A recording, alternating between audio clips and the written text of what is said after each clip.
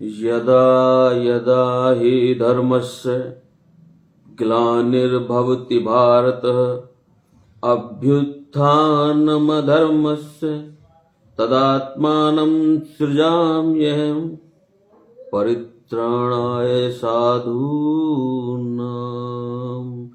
विनाशाय च दुष्कृत धर्म संस्थापनार्थाय संभवामि युगे युगे। आप समस्त देशवासियों को गीता जयंती की हार्दिक शुभकामनाएं। भाइयों, गीता जो मैं जीवन के लिए सबसे उपयुक्त मानता हूँ, जीवन की समस्याओं को सुलझाने के लिए बहुत उपयुक्त मानता हूँ और सभी से निवेदन भी करता हूँ कि गीता का पठन पाठन अनिवार्य होना चाहिए। तो गीता अपने आप में एक पूरा रचना है, कण से लेके ब्रह्मांड तक की, और कण से लेके ब्रह्मांड तक जो भी जितनी भी वस्तुएं हैं, जितनी भी चीजें हैं, उनको संचालन करने का तरीका, उनको किस प्रकार से संचालित अच्छे से किया जा सके, और यदि उनको संचालन करने में कोई अवरोध आ रहा है तो उसको किस प्रकार से दूर किया जा सके, ये सारी चीजें गीता में भगवान नारायण ने हमारे लिए लिखी है। भगवान नारायण ने ऐसा कुछ विषय नहीं छोड़ा, कर्ण से लेके ब्रह्मांड नहीं, ब्रह्मांडों। हम तो अभी एक ब्रह्मांड को जानते हैं, परंतु करोड़ों ब्रह्मांड है। ऐसी धरती जिस पर हम निवास कर रहे हैं, करोड़ों धरतियां हैं, परंतु हम नहीं देख सकते उनको। परमात्मा जानता है और वो लोग जानते हैं जो तत्व ज्ञानी हैं, जिन्होंने ब्रह्म ज्ञान प्राप्त कर लिया है। वो जानते हैं कि कितने ब्रह्मांड हैं, कहाँ कहाँ पर धरती है। हम तो वहां तक जानते हैं जहां तक साइंस विज्ञान अभी पहुंचा है, उससे आगे हम नहीं जानते। और जो हमारे शास्त्रों में, वेदों में जो भी है, धर्म ग्रंथों में लिखा है, उसको हम मानते नहीं। क्यों? क्योंकि साइंस नहीं मानता उनको।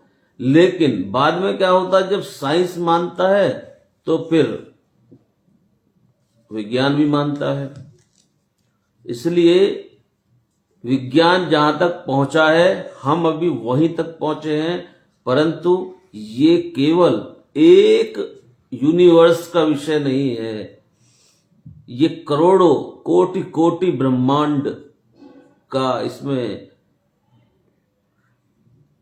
यूनिवर्स में, यानी कि इस पूरे जो जिसको आप कहते हैं, हम कहते हैं कि ये पूरा पूरा सौर मंडल जो है, ये सौर मंडल से भी ऊपर कितने सौर मंडल हैं, और हर प्रकार से सारी व्यवस्थाएं वहां पर भी इसी प्रकार की है, परंतु हम नहीं देख सकते। आज मैं आपको गीता के संदर्भ में दो तीन चीजें मुझको बताता हूं कि भगवान श्री कृष्ण का गीता को देना हमारे लिए कारण क्या था और क्या हमारे लिए महत्व है।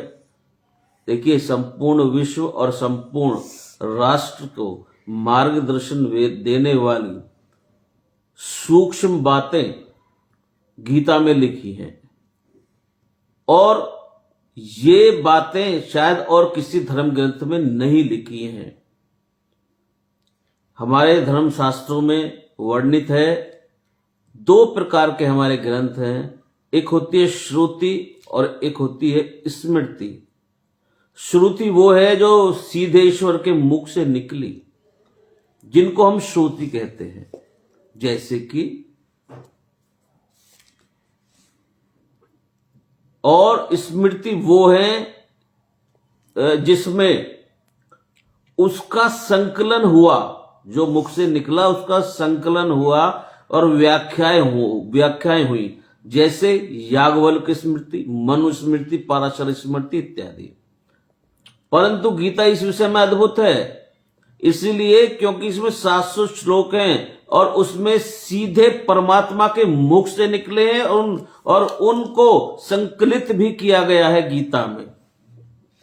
यानी सभी श्लोक भगवान के, नारायण के मुख से निकल रहे हैं, यानी श्रुति भी है और उन 700 श्लोकों में क्रम की व्याख्या की गई है, इसलिए स्मृति भी है।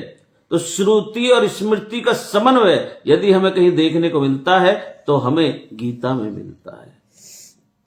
और भाइयों, एक विषय जो बहुत अधिक महत्वपूर्ण है, मैं आपका ध्यान उसकी ओर आकृष्ट करना चाहूंगा, वो समझने योग्य है कि भगवान श्री कृष्ण ही निष्काम कर्म का सिद्धांत क्यों देते हैं। भगवान श्री कृष्ण ने निष्काम कर्म का सिद्धांत दिया। इससे पहले मैं आपको एक चीज और दूसरी बताता हूं, वो रखना चाहूंगा, वो उससे पहले आएगी कि हम सभी का इस विषय में उलझन हमेशा ये रहती है कि यदि, जैसे भगवान कृष्ण ने कहा है कि भाई कर्म करो, फल की इच्छा मत करो, क्योंकि कर्म हमारे हाथ में, फल हमारे हाथ में नहीं है। लेकिन लोग क्या कहते हैं, जब फल के प्रति हमारी आसक्ति नहीं होगी तो हम कैसे कर्म कर लेंगे। वो इसलिए मन में हमारे आता है जब हमारी छोटी सूक्ष्म दृष्टि होती है, हल्की दृष्टि होती है, तो हमको लगता है कि कर्म से जो फल है मुझे कैसे प्राप्त होगा। जब विराट सृष्टि होती है तो निष्काम कर्म का भाव स्वतः ही अपने आप निश्चित हो जाता है, दिखाई पड़ने लग जाता है। अब देखिए, हम इसको समझने का प्रयास करते हैं। मान लीजिए हमारी शरीर एक यूनिट है और इसमें इस यूनिट को माइक्रो लेवल पर और फिर इसको मैक्रो लेवल पर यानी विराट स्वरूप में लेकर चलें और इस पर व्याख्या करते हैं। हमारा शरीर भिन्न भिन्न जो तंत्र हैं उनसे मिलकर बना है, जैसे रेस्पिरेटरी सिस्टम, जैसे डाइजेस्टिव सिस्टम है, इसमें सर्कुलेटिव सिस्टम है। ये सब हमारी इच्छा से चल रहे हैं क्या? ये अपने सिस्टम से चल रहा है सब कुछ। हमारे शरीर के जितने तंत्र भिन्न भिन्न अंगों से मिलकर बने हैं, चाहे हार्ट हो, लीवर हो, किडनी हो, हमारी इच्छा से चल रहा है क्या? अपने सिस्टम से चल रहे हैं। और तो और उसके अंदर जितने भी टिश्यूज हैं वो हमारी इच्छा से चल रहे हैं? नहीं। उसके अंदर सेल्स के अंदर जो होता है प्रोटोप्लाज्म के अंदर होने वाले chemical reactions, cellular biological chemical reactions, उसके अंदर, अब उसके अंदर भी देखिए, मैं पूरी आपको सिस्टम बता रहा हूं, उसके अंदर बनने वाले मॉलिक्यूल्स एटम के साथ डिस्ट्रीब्यूट होकर और एटम के अंदर एक इलेक्ट्रॉन और उस इलेक्ट्रॉन के चारों तरफ घूमते हुए प्रोटॉन सूक्ष्म तक आ गया। इलेक्ट्रॉन और प्रोटॉन इतना छोटा है ये दिखाई नहीं देता, बहुत ही सूक्ष्म है। इसको उससे देखा जाता है जो दूरबीन टाइप, यानी जितने भी सिस्टम होते हैं वैज्ञानिकों के, छोटे से छोटे चीज को देखने के लिए। तो ये सब क्या हमारी इच्छा से चल रहा है? हमारी इच्छा से नहीं चल रहा। अब तो ये हुआ सूक्ष्म रूप, अब हम विराट स्वरूप की तरफ चलते हैं। उस पे देखिए, हम इस धरती पे खड़े हैं, धरती का इकोलॉजिकल सिस्टम हमारी इच्छा से चल रहा है। धरती अपनी एक्सिस पर घूम रही है, वो सूर्य के चारों तरफ घूम रही है। सूर्य गैलेक्सी मिल्की वेव और इसके सेंटर में घूम रहा है, यानी कि बिग बैंग तक, यानी बिग बैंग की जो थ्योरी है उस तक, बिग बैंग तक आप मल्टी यूनिवर्स तक चले जाइए तो हमारी इच्छा से कुछ है ही नहीं। तो इसका अर्थ क्या हुआ जब संपूर्ण सृष्टि के क्रम में हमारा नियंत्रण परिणाम नहीं है, परिणाम पर हमारा नियंत्रण नहीं है, हमारा नियंत्रण केवल कर्तव्य पर है, इसलिए जिस भी स्थान पर जो भी भूमिका परमात्मा ने हमें दी है, यदि हम उसको पूरी निष्ठा और पूरे समर्पण के साथ में उसको निभाएंगे, जब हम उस विराट सत्य को समझ पाएंगे, फिर उसके मन में स्वतः निष्काम कर्म का भाव उत्पन्न हो जाएगा कि मुझे अपना कर्तव्य करना है, बाकी इस विराट सृष्टि क्रम को चलाने वाला ईश्वर स्वतः हमें उसका उपयुक्त फल देगा। इसलिए भगवान ने गीता में अर्जुन से कहा कि हे अर्जुन, निमित्त मात्रम भव सत्य साची, कि अर्जुन तुम निमित्त मात्र बन जाओ, जो होना है वो कर्मों के अनुसार होगा ही, तुम्हें केवल कर्तव्य करना है। और जब निष्काम कर्म की बात कही तो इसलिए मैं आपसे कह रहा हूं कि कर्म का फल भाई मिलता है, पर वो एक बड़े वॉश सिस्टम के थ्रू हमें मिलता है।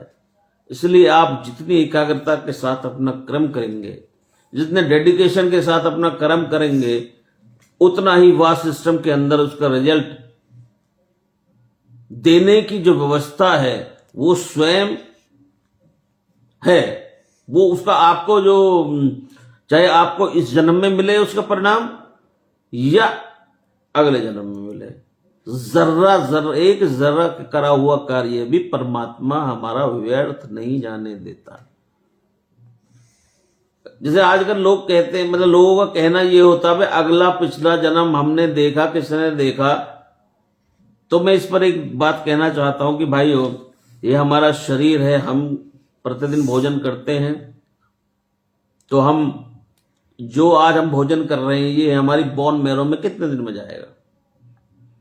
ये मिनिमम 32 to 40 डेज यानी 32 से 40 दिन के अंदर में हमारे शरीर के बोन मैरो में आज का खाया हुआ खाना ये जब तक पहुंचेगा।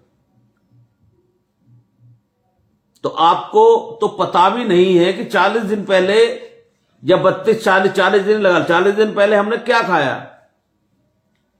और आज जो हम खा रहे हैं वो व्यर्थ नहीं जाने वाला, वो 40 दिन के बाद आपका साथ देगा।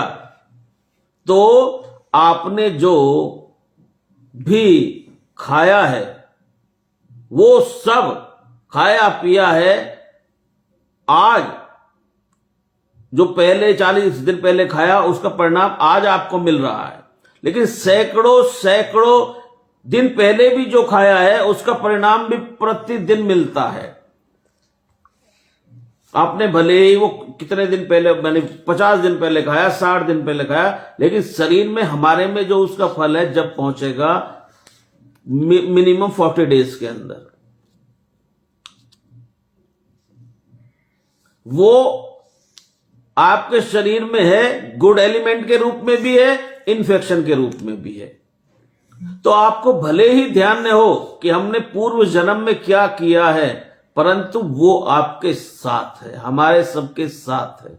और निष्काम कर्म का भाव हम कैसे पैदा करें अपने अंदर, ये भगवान श्री कृष्ण की बाल लीलाएं आप देखिए और उन्हें समझने का प्रयास कीजिए। तो भगवान श्री कृष्ण ने बचपन में ही सारे आध्यात्मिक ज्ञान अपनी बाल लीलाओं से ही दे दिया। जो लोग भगवान कृष्ण का मजाक उड़ाते हैं, ये वो उल्टा सीधा मतलब करते हैं, भगवान श्री कृष्ण का जन्म जो भी उन्होंने कार्य किए, मैं आज सिर्फ उनके बचपन के विषय में बताऊंगा कि बचपन में उन्होंने संपूर्ण ज्ञान, तत्व ज्ञान दे दिया आपको। निष्काम कर्म का ज्ञान उन्होंने अपनी बाल लीलाओं से दे दिया। देखिए उनको क्या पसंद है सबसे ज्यादा? मक्खन। मक्खन वो कैसे खाते हैं? हंडिया में से निकाल के खाते हैं, पर हंडिया में से निकालते नहीं है, हांडिया को फोड़ कर खाते हैं। और हांडी भी किस चीज की बनी हुई है? मिट्टी की, किसी मेटल की नहीं बनी हुई। ऐसा क्यों है?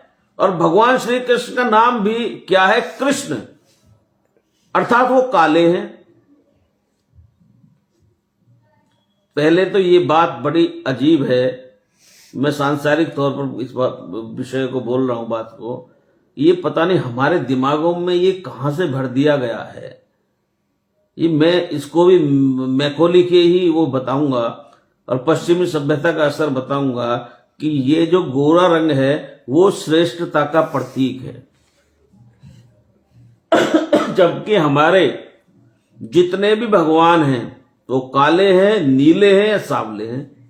भगवान राम, भगवान कृष्ण, भगवान विष्णु, भगवान शंकर, और यहां तक कि रामचरितमानस में भी तुलसीदास जी ने वर्णन किया है कि जब सीता माता स्वयंवर से पहले वो देवी की आराधना करने जाती हैं, तो देवी की आराधना, जब देवी प्रसन्न हो जाती है तो माता उनको क्या वर देती हैं? मनहु जाहू राचो, मिले सुवर सहज सुंदर सावरो। गोरो तो नहीं है। जिन्होंने वर दिया उन्होंने भी सावरा बोला, गोरा नहीं बोला। लेकिन हमारे ऊपर जो एक हावी है, ये पश्चिमी सभ्यता का ही असर है कि गोरा श्रेष्ठ, काला मतलब काला रंग खराब, गोरा रंग श्रेष्ठ। और ये कंपनियां वाले भी हो सकते हैं इसमें, जिन्होंने हमारे दिमाग में भर दिया कि गोरा बनाने की क्रीम आती है दुनिया भर के, जो आप सभी जानते ही हैं। उन्होंने अपनी दुकान चलाने का सिस्टम बना रखा है, पागल बना के। भारत हिंदू ये भारत में जो लोग हिंदू है ना, वो सबसे मूर्ख है। उसे कैसे पागल बना लो, वास्तविकता में लड़ा लो आपस में, 2 मिनट में लड़ जाएगा। कुछ भी अपने धर्म के खिलाफ बुलवा लो, 2 मिनट बोल देगा। कुछ भी कहवा लो, किसी के लिए कुछ भी कर लो, 2 मिनट में कर देगा। अपने उसमें, दूसरे के लिए हिम्मत ना है, क्योंकि वो दूसरा तो कर देगा सेट 1 मिनट में। इसी वजह से हमारे जो प्रवृत्ति है, सबसे ज्यादा हिंदुओं की प्रवृत्ति खराब होती जा रही है। तो भगवान कृष्ण काले हैं और उन्हें मक्खन क्यों प्रिय है? भगवान कृष्ण दरअसल हमारी मन की उस अवस्था का प्रतीक है कि जब आप ध्यान लगाएंगे तो आपकी आंखों के सामने काला रंग आएगा, काला काला। सब जानते हैं, मेडिटेशन करते हो जब तो काला रंग आता है। वो कृष्ण वर्ण जो है, वो उस गहरे ध्यान की अवस्था, जो मन की अवस्था है, जो मन की ओर इंडिकेट करता है, वो जो दूध की तरह है। जो हमारा मन है वो दूध की तरह है। अब ये थोड़ा सा समझना है इसको। मन हमारा दूध की तरह है और संसार पानी की तरह है। दूध और पानी यदि हम आपस में मिला देंगे तो क्या होगा? दूध व्यर्थ हो जाएगा। परंतु यदि हम अपने उसी जो हमारे पास में दूध है उसको स्थिर यदि हमने कर लिया, यानी कि मन को स्थिर कर लिया, दूध स्थिर होके क्या बनता है? दही।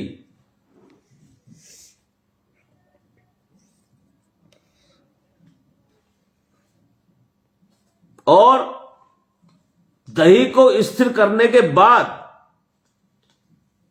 हम क्या करते हैं? दही को मथा जाता है। यानी कि हमने अब मन को स्थिर कर लिया तो हमें मन के लिए मंथन करना है। यह हमें इस चीज से पता लग रहा है कि दही को मतलब स्थिर करने के लिए जब हम मथेंगे तो क्या निकलेगा? उसमें से मक्खन निकलेगा। ऐसे ही मन को स्थिर करके जब हम मंथन करेंगे तो उसमें से मक्खन निकलेगा। मन को स्थिर करके मन का उन्नयन उसको मन का स्थिर करके मन का उन्नयन और उसकी मंथन यदि हम करते हैं तो हमारा मन उस अवस्था में आ जाता है जो नवनीत है, जो मक्खन है। अब मक्खन को यदि हम पानी में डालेंगे तो डिसॉल्व नहीं होता।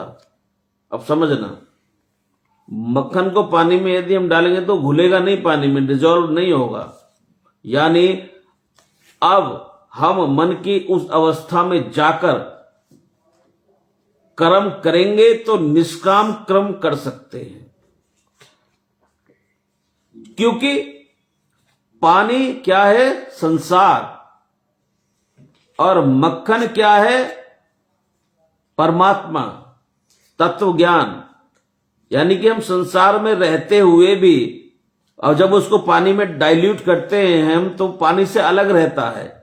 तो संसार में रहते हुए भी संसार से बाहर जब हम इस चीज को जान लेते हैं तो निष्काम कर्म तो स्वतः होगा ही होगा।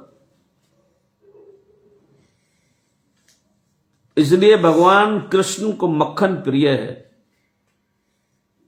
और वो जो हांडी है जिसको वो फोड़कर खाते हैं वो मिट्टी की ही क्यों है? दरअसल मिट्टी हमारे शरीर का प्रतीक है, और हंडिया तोड़कर ही मक्खन खाते हैं।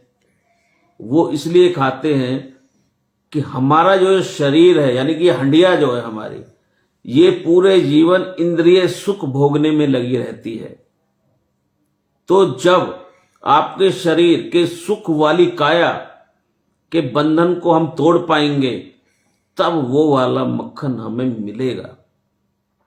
इसलिए भगवान श्री कृष्ण ने सारी चीजें स्पष्ट करके अपनी दिखा दी, हमें दिखा दी, यानी हमें बता दिया कि मैं क्या हूं और मैं अपने तुमको क्या संदेश देने के लिए आया हूं। और जब हम इस अवस्था में पहुंच जाते हैं तो निष्काम कर्म हमारा स्वतः होने लगता है और हम उस विराट स्वरूप में पहुंच जाते हैं जिसके लिए हम आए हैं। निष्काम कर्म करना, मैं जानता हूं कि ये एक बहुत बड़ी अवस्था है, बहुत ऊंची अवस्था है। चाहे मैं ही क्यों ना हूं, मैं बोल रहा हूं, अच्छी बात है, लेकिन क्या मैं करता हूं? लेकिन प्रयासरत तो रहना चाहिए। प्रयासरत तो रहना चाहिए कि जो हमारे धर्म ग्रंथों में लिखा है उसको थोड़ा बहुत यदि हम माने, थोड़ा बहुत समझें। एकदम कुछ नहीं होता, लेकिन धीरे धीरे सनेह सनेह अवश्य परिवर्तन आना शुरू हो जाता है, ऐसा मेरा मानना है। परेशानियां भी आती हैं जब हम धार्मिक मार्ग पर या आध्यात्मिक मार्ग पर चलते हैं तो हमारे सामने बहुत विकट विकट समस्याएं आती हैं, लेकिन उन समस्याओं को भेद कर अपने जो लक्ष्य है उसकी ओर चलते रहना, धीरे धीरे ही सही, घिसड़ घिसड़ के ही सही, तो परमात्मा उसमें साथ देता है। आप यकीन नहीं करोगे, 2 दिन से मेरी अवस्था ऐसी है कि मैं बोल नहीं पा रहा हूं, लेकिन तबीयत मेरी इतनी खराब है, परंतु मैं फिर भी बोल रहा हूं। क्यों? कि जब तक बोल सकता हूं, जब तक मैं हिम्मत कर सकता हूं, जब तक करूंगा। आप लोगों का मुझे प्यार मिलता है, आप मुझे सुनते हैं, मुझे बोलने का बहुत इच्छा होती है। मैं समझता हूं पूरे दिन बोलता रहूं,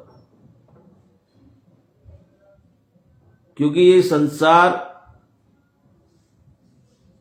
चाहे कितनी ही आज एक दूसरे के प्रति हमें प्रतिस्पर्धा हो, ईर्ष्या हो, लेकिन ये संसार आज भी प्रेम से ही चल रहा है और परमात्मा को भी प्रेम से ही पाया जा सकता है।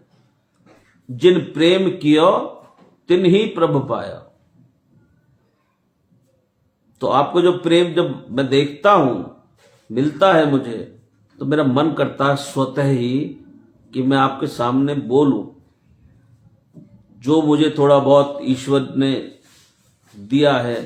देखिए मैंने अभी आपको बताया कि कर्म पर हमारा वो है अधिकार, तो अब उसका फल वो दे न दे, यानी कि मैंने जो एक वो करा, इकट्ठा करा जो भी चीज थोड़ी बहुत, उसका उसने कितना फल दिया कितना नहीं ये वो जाने, लेकिन मैं इतना तो इकट्ठा कम से कम हो गया कि उससे वो मुझे बुलवा रहा है। अगर मैं ये कहने लगूं कि भाई मैं ही बोल रहा हूं, कल को यदि मेरा गला बंद हो जाए तो मैं क्या कर लूंगा? जो कुछ होता है, यही मैं आपको इस चीज से समझा रहा हूं कि कोई चीज हमारे हाथ में है नहीं है।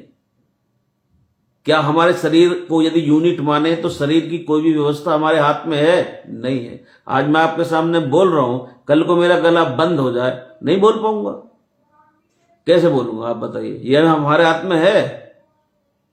यही समझने की बात है, और यही समझने में पूरी जिंदगी निकल जाती है। सब जानते हैं इन बातों को, लेकिन पूरी जिंदगी निकल जाती है, पर यही समझ में नहीं आती। सबकी ये हालत है। मैं भी आप में से ही हूं, मैं कोई वो नहीं हूं। बस ये है कि मैं आपको वो बता देता हूं जो मैंने पढ़ा है, थोड़ा बहुत मुझे जानकारी वो आपके सामने आपके साथ शेयर कर देता हूं। अदरवाइज मैं भी आपकी तरह ही लाइन में लगा हुआ हूं। परंतु मैं एक बात जरूर कहूंगा भाइयों, देखिए बच्चों को धर्म से अवश्य जोड़े। आज इस बात की आपको संकल्प लेना चाहिए कि हमें अपने बच्चों के प्रति उनको जो आध्यात्मिक मार्ग से हमें जोड़ना है, चाहे थोड़ा ही सही, और हमको गीता उनको हिंदी में ही सही, अब तो बहुत सरल हिंदी में भी आती है, उसमें चाहे वो 2 शब्द पढ़ें, 4 शब्द पढ़ें, 10 शब्द पढ़ें, पर पढ़ें। बिना धर्म के कुछ भी भला नहीं हो सकता किसी का भी। आज जो हमारे पास जो कुछ भी है, ये हमारे पुराने समय, पुराने जमानों के, पुराने ये कहते हैं ना जन्मों के किए हुए कर्मों का फल है।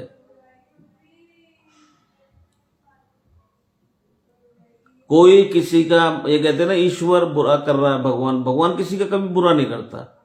ये सबकी झूठ है। ये हम अपने आप को बचाने के लिए भगवान को ब्लेम करते हैं।